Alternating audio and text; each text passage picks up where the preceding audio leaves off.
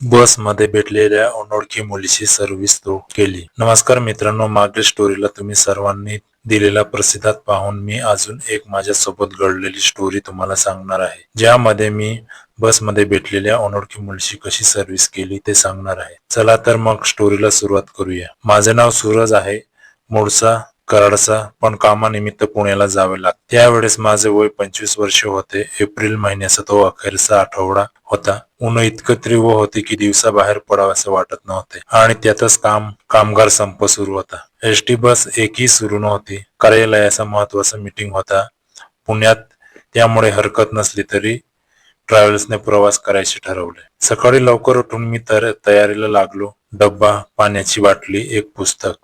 तेव्हा मी रवींद्रनाथ टागोर यांचे चक्रवाली वाचत होतो. असे सामान घेऊन कराड स्टँडवर पोहोचलो. नेहमीची गर्दी होती. हातात मोबाईल घेऊन बघतो तर कोल्हापूरवरून मुंबईला जाणारी एक ट्रॅव्हल्स आली. ती बघूनच माझी धावपळ सुरू झाली. ही थांबेल का? बस थांबली. ड्रायव्हरने सांगितले, फक्त एक सीट आहे, लवकर चढा. मी चढलो. बसच्या दरवाजाशी उभे राहून डोळे फिरवले. सगळ्या सीट भरल्या होत्या. एक सीट रिकामी दिसली. ती विंडो सीट होती आणि तिथे एक मुलगी बसलेली होती, अगदी खिडकीची. तिच्याकडे पाहताच माझी नजर हटेना. साधारण 21-22 वर्ष असेल. तिने डार्क निळ्या रंगाचा टाईट फिटिंग टी शर्ट घातला होता. तिचे काळसर लांबसडक केस विस्कटलेले पण मोहक वाटत होते. कानात सोन्यांच्या कुड्या होत्या. तिने गालाला हात लावला होता आणि बाहेरची धूळ, ऊन सगळं काही बघत होती. खरं सांगतो, त्या क्षणी माझं हृदय वेगाने ठोकू लागलं. अचानक एखाद्याच्या सौंदर्याचे आपण हरवून जावे याचा अनुभव मी पहिल्यांदाच घेत होतो. हळुवारपणे मी तिच्या बाजूला जाऊन बसलो. तिने माझ्याकडे एकदा पाहिलं, नंतर पुन्हा खिडकीकडे पाहू लागली. कानात हेडफोन होते. गाणी ऐकत होती. मी तिच्या अगदी जवळ बसलो होतो. सरमिसळ प्रवासी, बस वातानुकूल नव्हतं. उन्हाचा उन्माद, पण तिचा सुगंध हवेत मिसळला होता. नीट कळत नव्हतं, पण कुठल्या तरी हलक्या फुलांचा बदामी शावर जेल सारखा सुगंध. बस सुरू झाली. कराड सोडलं. वाटेत डोलणारी बस, बाहेर जाडी वाट, आत मात्र नवीन रोमांच. मी माझी डोक्यातली विचाराची शर्यत थांबवू शकत नव्हतो. तिच्याशी बोलावे का? नको, ती हेडफोन लावून आहे, तिला त्रास देऊ नये, असे करत मी पुस्तक काढले. पण डोळे त्या पुस्तकातले शब्द वाचत नव्हते, तर तिचे हात, तिची बोटं, तिचा श्वास बघत होते. काही वेळाने बस साताऱ्याच्या आधी एका डब्याजवळ नाश्त्यासाठी थांबली. ड्रायव्हर म्हणाला, 15 मिनिटे थांबा. बस आवारात गेली. गर्दी उतरू लागली. मी हळूच उठलो आणि मनात लाखो धाडस करून तिला म्हणालो, तुम्ही नाश्ता करणार नाही का?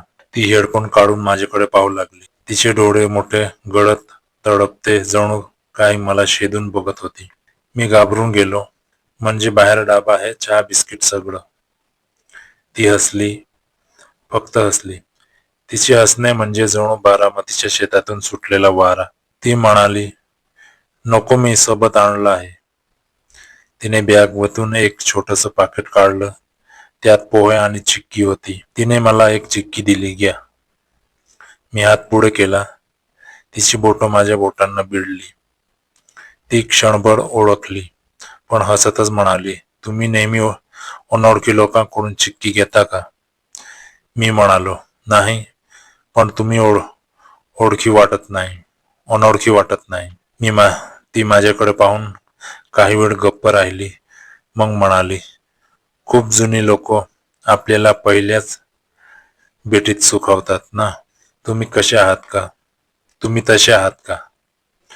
मला तिच्या प्रश्नाचे उत्तर सापडेना, पण त्या क्षणी मला वाटलं, आयुष्यातलं पहिल्यांदाच मी एखाद्याशी खरखर बोलतोय.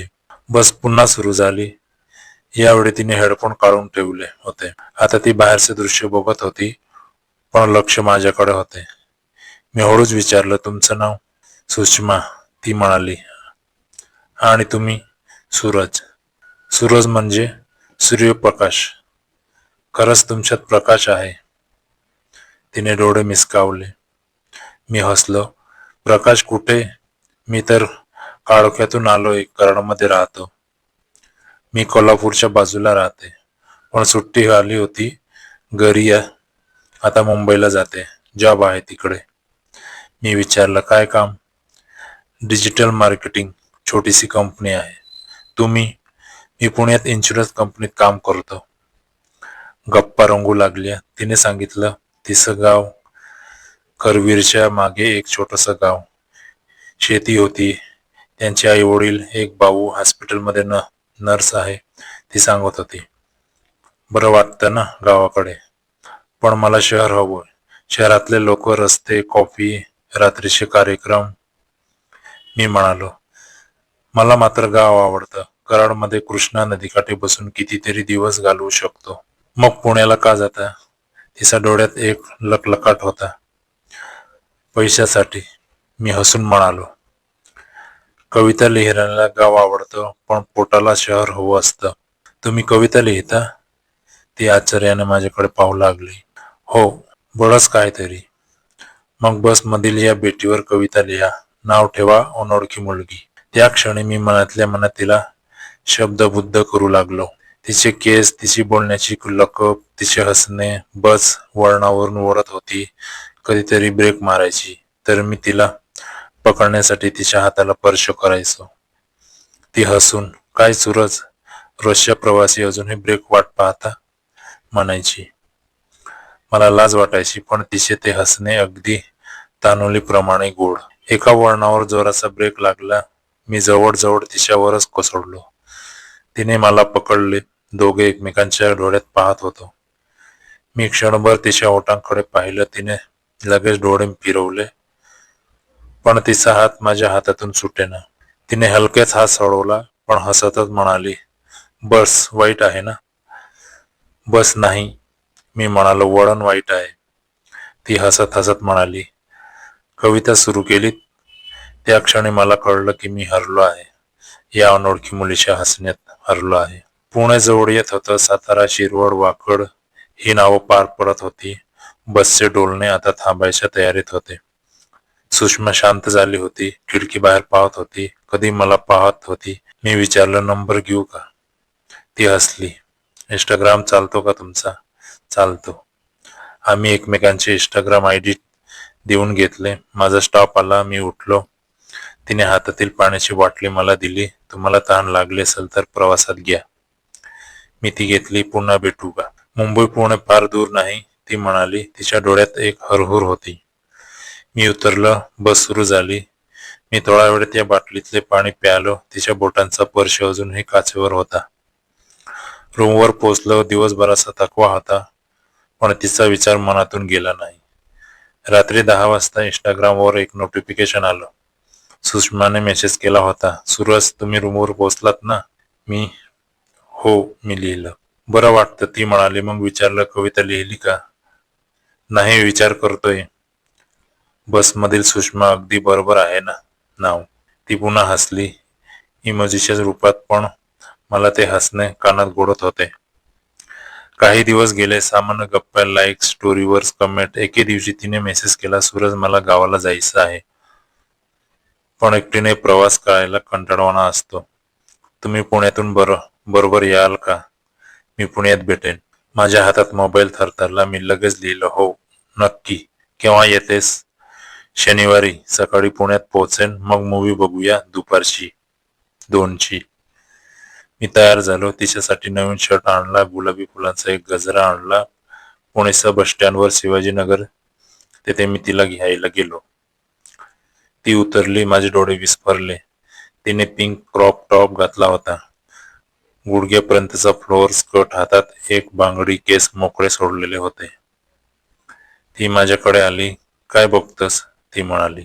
की तू खूप सुंदर आहेस, मी बोललो. ती हसली. कविता पुन्हा सुरू केलीस?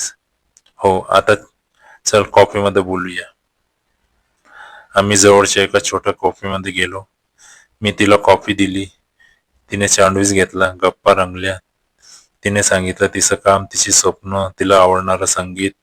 मी सांगितलं माझं गाव, माझे आई वडील, मी लिहिलेल्या कविता. एकदा वाचून दाखव, ती म्हणाली. आणखी वेळ येईल, मी हसत सांगितलं. कॉफी संपल्यावर आम्ही हातात हात घेऊन थोडा वेळ रस्त्यावर फिरलो. तिचा हात माझ्या हातात अगदी सहजपणे आला होता, जणू तो कायमचा तिथेच असावा. मी तिची बोटं हळूवारपणे दाबली. तिने उन्हात माझा हात थोडासा घट्ट धरला. तो क्षण शब्दात सांगता येणार नाही. रस्त्यावर गर्दी होती, गाड्यांचे हॉर्न वाजत होते, पण आम्ही दोघे आमच्याच विश्वासात होतो. मूवीची वेळ झाली. हॉलमध्ये गेलो. अंधार. आम्ही कोपऱ्यातल्या सीटवर बसलो. मूवी सुरू झाली. एक रोमॅन्टिक कथा. पण मला मूवीकडे लक्ष नव्हतं. तिच्याकडे लक्ष होतं. अंधारात तिचा हात, तिचा श्वास. हळूहळू मी तिच्या बोटाने स्पर्श केला. तिने हात मागे घेतला नाही. मग हळूच तिचा हात माझ्या हातात घेतला. तिने माझ्याकडे पाहिलं. तिचे डोळे अंधारातही चमकत होते. ती काही बोलली नाही, फक्त हात घट्ट केला. मूवीच्या मध्यभागी एक हळवा दृश्य आलं तेव्हा मी हळूच तिच्या खांद्यावर डोकं ठेवलं. तिने नकार दिला नाही. उलट तिने तिचे डोळे माझ्या डोके माझ्या डोक्यावर ठेवले. तिचे केस माझ्या गालाला स्पर्श करत होते. तिचा सुगंध पुन्हा माझ्या भोवती पसरला होता. मी डोळे मिटले. त्या अंधारात एक गर्दी, मला फक्त तीच दिसत होती. मूवी संपली. दिवे लागले. आम्ही वेगळे झालो, पण माझ्या खांद्यावर तिचा डोक्याची ऊब अजूनही होती. बाहेर पडल्यावर तिने माझ्याकडे बघितलं आणि हसत म्हणाली, तुझा खांदा आरामदायी आहे. तुझे डोके हलके आहे, मी म्हणालो. ती पुन्हा हसली. मग तिने गांभीर्याने विचारलं, सूरज, मी काल रात्रीच्या गावाला जाईन. सकाळी लवकर निघायचं. थांब, मी म्हणालो. रात्री कुठे थांबणार आहेस? हॉटेल बुक केलंय. नको, माझ्या रूमवर ये. मी सोफ्यावर झोपेन, तू बेडवर. सकाळी बस स्टँडवर सोडतो. ती क्षणभर गप्प राहिली. मग म्हणाली, तुमच्यावर विश्वास ठेवू का? मी म्हणालो, मी कविता लिहिणारा माणूस आहे. कवी कधीही विश्वासघात करत नाही. ती हसली. चल. रूमवर आलो. मी तिला चहा बनवून दिला. मग गप्पा रंगल्या. मी तिच्या समोर बसलो. हातात गिटार होती. मी एक जुनी बालगंधर्वीची बंदिश छेडली. साजन तेरी बात निराली. ती म्हणाली, तुला किती गोड गाता येतं. तुझ्यासाठी, मी म्हणालो. रात्र झाली. मी सोफ्यावर झोपलो, पण झोप येईना. तिचा श्वास ऐकू येत होता. कधीतरी ती म्हणाली, सूरज, तू सांग आता. सूरज, तू जागा आहेस का? हो. मला एक गोष्ट सांगायची. सांग. तुझ्यातला प्रकाश खरंच खास आहे. मी भेटलेल्या प्रकाशापेक्षा तू वेगळा आहेस. मी उठून तिच्याजवळ गेलो. ती बेडवर बसली होती. मी तिच्या डोळ्यात पाहिलं. सुषमा, तू पण वेगळी आहेस. मी तिच्या शेजारी बसलो. थोडा वेळ फक्त गप्प बसलो. मग हळूच मी तिच्या हाताला हात लावला. तिने माझा हात घेतला आणि आपल्या दोन्ही हातामध्ये घेतला. तिचे हात थंड होते, पण त्या थंडीत एक वेगळीच ऊब होती. सूरज, ती म्हणाली, मला भीती वाटते. कशाची? हे सगळं खूप सुंदर आहे, पटकन संपेल अशी भीती. मी तिच्याकडे वळलो. माझा हात तिच्या गालावर ठेवला. तिने डोळे मिटले. मी हळुवारपणे तिच्या कपाळावर ओठ टेकवले. फक्त कपाळावर. तो एक हळवा, पवित्र स्पर्श होता. तिने डोळे उघडले. तिच्या डोळ्यात पाणी होतं. घाबरू नको, मी म्हणालो. मी कुठे जात नाही. मग तिनेच पुढाकार घेतला. तिने हळूच मला मिठी मारली. तिचे हात माझ्या मानेभोवती होते. मी तिला माझ्यात घेतलं. ती माझ्या छातीवर डोके ठेवून रडली. सारखी. थोडीशी थरथरली. मी तिच्या पाठीवरून हात फिरवला. सगळं ठीक आहे. ती म्हणाली, तू खरा आहेस ना? स्वप्न तर नाहीस ना? बसमध्ये शिक्की खाऊन स्वप्न येत नाही, मी हसून म्हणालो. तीही हसली. तिने मला आणखी घट्ट मिठी मारली. मी तिच्या केसात हात फिरवत होतो. ती हळूहळू शांत झाली. किती वेळ अशीच बसलो, कळलंच नाही. ती हळूहळू शांत झाली. किती वेळ अशीच बसलो, कळलंच नाही. मग मी हळूच म्हणालो, आता झोप, सकाळी लवकर उठायचंय. तू सोफ्यावर जाऊ नकोस, ती म्हणाली. इथेच बस, मला तुझा हात हवा आहे. मी तिच्या शेजारीच बसलो. तिने माझा हात धरला आणि डोळे मिटले. मी भिंतीची टेकून बसलो. तिचा श्वास हळूहळू स्थिर झाला. ती झोपली होती, पण तिच्या बोटांनी माझा हात सोडला नव्हता. ती रात्र माझ्या आयुष्यातली सर्वात शांत, सर्वात गोड रात्र होती. मी झोपलो नाही, पण तिला झोपवलेलं बघत राहिलो. तिचे केस विस्कटलेले होते. होठावर एक हलकं हसू होतं. त्या क्षणी मला वाटलं, हिच्याशिवाय मला काही नको. सकाळी पहाटे 5च्या सुमारास ती जागी झाली. मी तिच्याकडे बघत होतो. तू जागाच नव्हतास? तू जागाच नव्हतास? ती विचारू लागली. झोप येत नव्हती, मी म्हणालो. ती उठली, तयार झाली. बस स्टँडवर जायची वेळ झाली. मी तिला गेटपर्यंत सोडलं. ती माझ्याकडे वळली. सूरज, मला कळत नाही, पण तुझ्याशिवाय मी कशी राहशील, कारण ही सुरुवात आहे, शेवट नाही. तिने माझ्याकडे पाहिलं, मग पुन्हा मला मिठी मारली. ही मिठी कालच्यापेक्षा वेगळी होती, हलकी पण खोल. तिने माझ्या कानात हळुवारपणे सांगितलं, मी तुझ्यात हरवली आहे सूरज. मी तुझ्यात, मी म्हणालो. ती हसत हसत माझ्यापासून दूर झाली.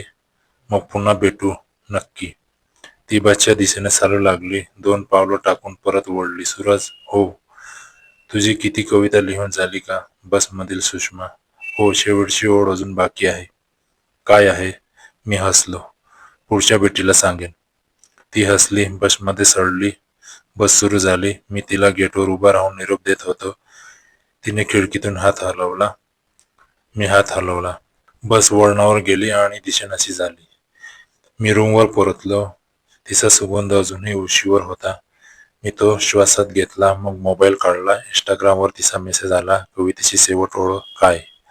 मी लिहिलं, तू बसमध्ये उतरलीस, पण माझ्या मनातून कधीच उतरणार नाहीस. ती लगेच म्हणाली, ही कविता नाही, हे वचन आहे. मी लिहिलं, हो, आणि वचन पाळणारा माणूस आहे.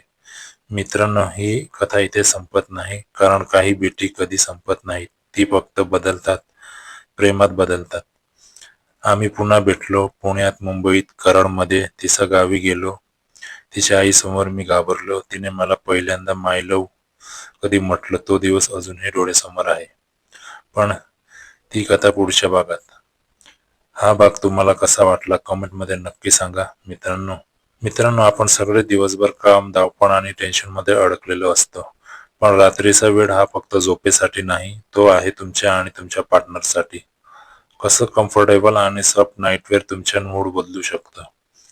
कसं योग्य कपड्यामध्ये स्ट्रेस कमी होतं आणि तुमचं कसं रिलेशनशिपमध्ये पॉझिटिव्ह वाईब येते. इमेजिन करा हलका, सॉफ्ट आणि स्टायलिश नाईटवेअर आणि लगेच बॉडी रिलॅक्स, माइंड क्लेम आणि मूड फ्रेश. जेव्हा तुमचा पार्टनर कम्फर्टेबल आणि इलिजंट फील करतो किंवा करते, तेव्हा फक्त लुक नाही तर कॉन्फिडन्स पण वाढतं.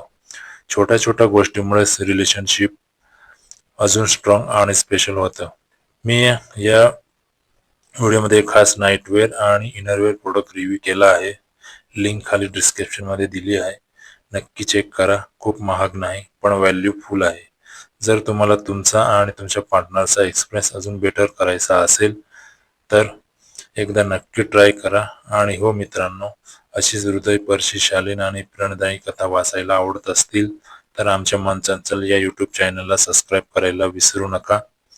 बेल आयकॉन दाबायला विसरू नका, जेणेकरून अशीच उबदार आणि भावनिक कथा तुमच्यापर्यंत पोहोचत राहतील. धन्यवाद मित्रांनो.